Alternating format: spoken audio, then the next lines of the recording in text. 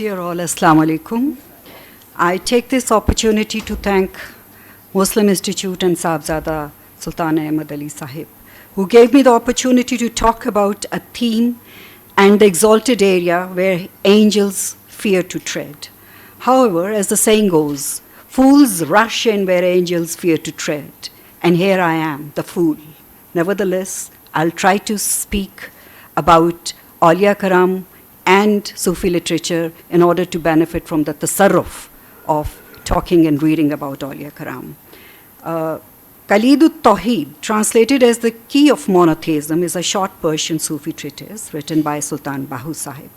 Sultan Bahoo Sahib writes that At-Tawhid is an exposition of secrets of Sufism, extremely subtle and pious ideas based on glorious Quran and Hadith. And he categorically asserts that the book has been written with the command and merciful glance of Allah Almighty and with approval from the court of Prophet Muhammad, peace be upon him. This assertion corrects the erroneous view that Sufism is a modification of Islam, a grafting and innovation. Sufism is an esoteric aspect of Islam. Bahoo Sahib writes, Bahoo attained spiritual instruction from the Prophet. Every point of his spiritual instruction is unambiguous faith in Tawhid. Bahoo is bestowed upon the permission from the court of the Prophet that he should give spiritual instructions of intimacy of God to the seekers. It is interesting to note that scientists are now beginning to discover the possibility of many galaxies and universes other than solar system. However, since centuries, Sufis have referred to the existence of various and parallel universes teeming with life. Each and every line of At-Tawhid reveals divine mysteries, and Sultan Bahoo Sahib compares this world along with 18,000 universes, and everything therein to a lock that can be unlocked by a man of God, one who is favored by God, that is a Sufi, a wali. Divine knowledge, ilm-e-laduni, is conferred on him, divine mysteries are revealed to him, and as Sultan Bahoo Sahib says, such a FAQR can see and demonstrate both the worlds on the back of his nail. This book, as Bahoo Sahib himself writes, serves as a complete guide for the seekers of Allah, both the beginners and the accomplished ones who encounter various difficulties on the path to Allah. Sultan Bahoo Sahib likens this book to a perfect spiritual master, Murshid-e-Kamil, as it illuminates the discipline of the path of spiritual excellence. The necessary indispensable aid on the Sufi path is guidance from Kamil Murshid, the perfect guide. It is therefore important to know the difference between a perfect Murshid and a fake Murshid.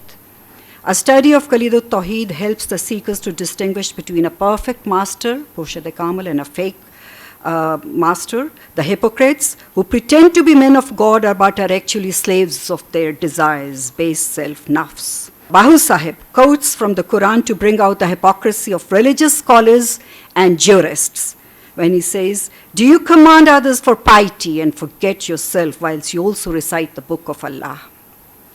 At-Tawhid is divided into two parts. It's a short book, it's divided into two parts. The first part focuses on Murshid-e-Kamil and his attributes.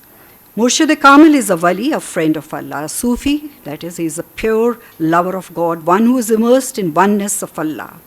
His body remains in the world, yet he is a denizen of the divine realm. Love and knowledge of Allah, divine endowment. Union with Allah is not an acquisition and it cannot be attained by mere rituals or practices. Aulia Karam are liberated from all desires. The Quran declares that they are protected from fear and grief. They've turned their back to the world and have their eyes and heart fixed on Allah alone and pray out of love for Allah alone. With their glance, dust is transformed into gold. Such Sufis, if they wish, they can turn the world topsy-turvy with the permission and power bestowed upon them by Allah. A friend of Allah has been given the divine power to guide seekers of Allah and remove base traits of their nafs like arrogance, malice, ego, anger, greed, jealousy, hypocrisy, backbiting, sensual pleasures. And the source of this tremendous power is divine illumination derived from immersion in oneness of Allah and Majlis-e Muhammadi. Sultan Sahib writes, I am a falcon of La Makan, where flies do not have access. He compares a Sufi to a lion rider. Even the lions lie prostrate before him. What power a fox, a jackal, or a dog can have in front of a lion? He is perpetually engaged in zikr Allah, although people see him as asleep. And he quotes a hadith to substantiate his argument when he says, "My eyes sleep, but my heart does not sleep." This is a state of heart wakefulness. Such a person is Murshid Kamil, who by virtue of ata can cleanse the heart of the disciple from base desires of nafs. Alafalla chambe di booty, Murshid man vich laihu. So the question is, what is nafs? And again, Bahoo Sahib quotes the exalted Prophet, peace be upon him. He who has recognized his nafs, verily he has recognized his Rabb. Bahoo Sahib explains that nafs is the principle of evil. It is the emperor in the body's suburb, and Satan is its minister. He quotes the Quranic warning, Satan is your open enemy, so that we have to be on guard all the time against satanic insinuations.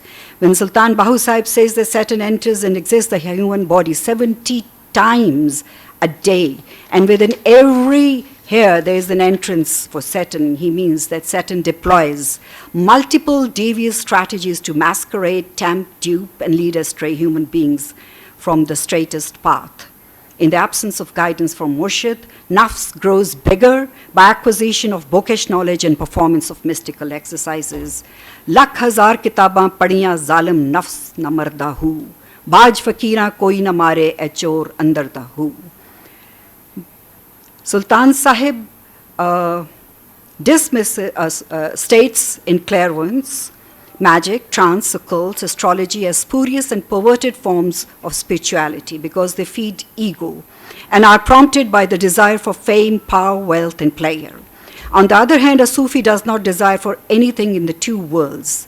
He is an illuminated soul who has imprisoned his senses and controlled his desires. He makes a total, unconditional, absolute surrender to the will of God. His separate self is annihilated, and he subsists in Allah. Every word uttered by him manifests divine illumination to the witnessing of Rabb and intimacy in the gracious presence of the exalted Prophet, peace be upon him. Wherever he looks, he sees Allah, as Allah is the only abiding reality. Allah is the first and the last, the inside and the outside. Whatever he sees is the beauty of Allah. No wonder a Sufi is the most compassionate, kind, merciful person, as his heart reflects the divine attributes. In the second part of the book, Sultan Bahoo Sahib describes the stages, the spiritual stages of creation. He begins with the spiritual condition of pre-eternity and then makes a step-by-step commentary on the entire creation. In the pre-eternal world, Allah Almighty took an oath of allegiance from the spirits of entire creations. Am I not your Lord? Alastu bi rabbikum. All the spirits replied, Bala, why not?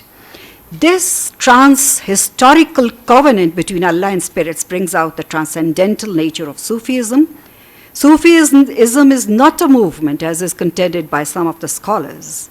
A movement is an event in time. It has a beginning, it grows and ends. Whereas Sufism is la maqam and la zaman. It transcends spatial temporal limitations. Bahoo Sahib writes that there are three categories of spirits: world seekers, seekers of the hereafter, the paradise, and the passionate lovers of Allah. However, the first category of inferior spirits, after giving the allegiance, the pledge of allegiance, heeded Satan's call to covet worldly desires and indulged in foul thoughts and deeds. Sultan Bahoo Sahib compares the material world to carrion and such seekers of this world to dogs. The second category is of pious people who observe Shariat, practice abstinence, piety, and perform good deeds with their eyes fixed on the reward of paradise in the hereafter. And the third category of spirits, they kept standing in front of Allah on the first day. They were completely drowned in the love of Allah in the privileged presence of Majlis-e-Muhammadi. No worldly call or attraction of paradise in the hereafter could draw their attention. It was a state about which Prophet Muhammad ﷺ said, "FAQR is my glory and FAQR is from me." Sultan Bahoo Sahib's claim that Sufis are the richest people in the world is based on this hadith. He who attains Allah achieves everything. And to conclude, I will conclude on congratulating M.A. Khan Sahib for this commendable English translation that will convey the much needed Sufi message of peace, harmony, compassion, love, and yet more love to international readership in today's conflict-ridden world. Thank you.